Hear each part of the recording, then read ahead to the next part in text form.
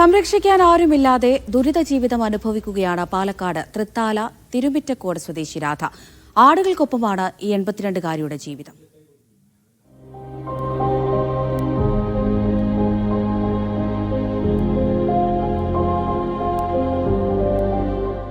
പത്ത് വർഷം മുൻപ് അമ്മ മരിച്ചതോടെ ഒറ്റയ്ക്കാണ് അവിവാഹിതയായ രാധയുടെ ജീവിതം. നിവർന്ന് നടക്കാൻ പോലും പറ്റാത്ത അവസ്ഥ. പൊളിഞ്ഞു വീടാറായ വീടിന്റെ വരാന്തയിലാണ് താമസം. ഇവരുടെ കട്ടിലിനടുത്താണ് ആട്ടിൻകൂട്.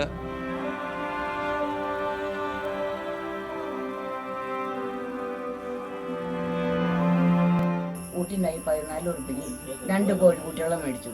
അതിലത്തെ ഒരു കോഴിക്കുട്ടിക്ക് ബസ്സിന്റെ കാശിന് മുടക്കി നിർത്തി. ഒരു കോഴിക്കുട്ടീനെ വിരിപ്പിച്ചിട്ട് 5 കൊറ്റക്കുട്ടികൾ ഉണ്ടായി ചത്തം. അല്ലാതെ ഇവരാരും മേടിച്ചെന്നതാണ്. ആടില്ലേ, ആടിനെ വെച്ചിട്ട് ചെയ്തുള്ളൂ.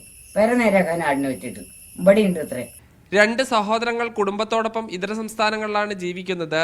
വാർദ്ധക്യ സഹജമായ അസുഖങ്ങൾ മൂർച്ഛിച്ചതോടെയാണ് ജീവിതം നരകതുല്യമായത്. ഒരു നേരത്തെ ഭക്ഷണത്തിന് പോലും നാട്ടുകാരെ ആശ്രയിക്കേണ്ട അവസ്ഥയാണുള്ളത്. ഒരു ആട് ജീവിതമാണ്, ആടുകളുടെ കൂടെയാണ് ഇവരുടെ ജീവിതം.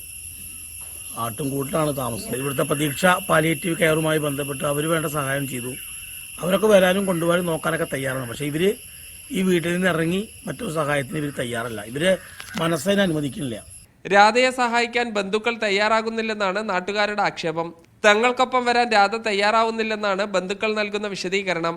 മഴയിൽ വീടിന്റെ ഒരു ഭാഗം തകർന്നതിനാൽ വീടിനകത്ത് കയറിക്കിടക്കുന്നതും സുരക്ഷിതമല്ല. മീഡിയ 1 പാലക്കാട്.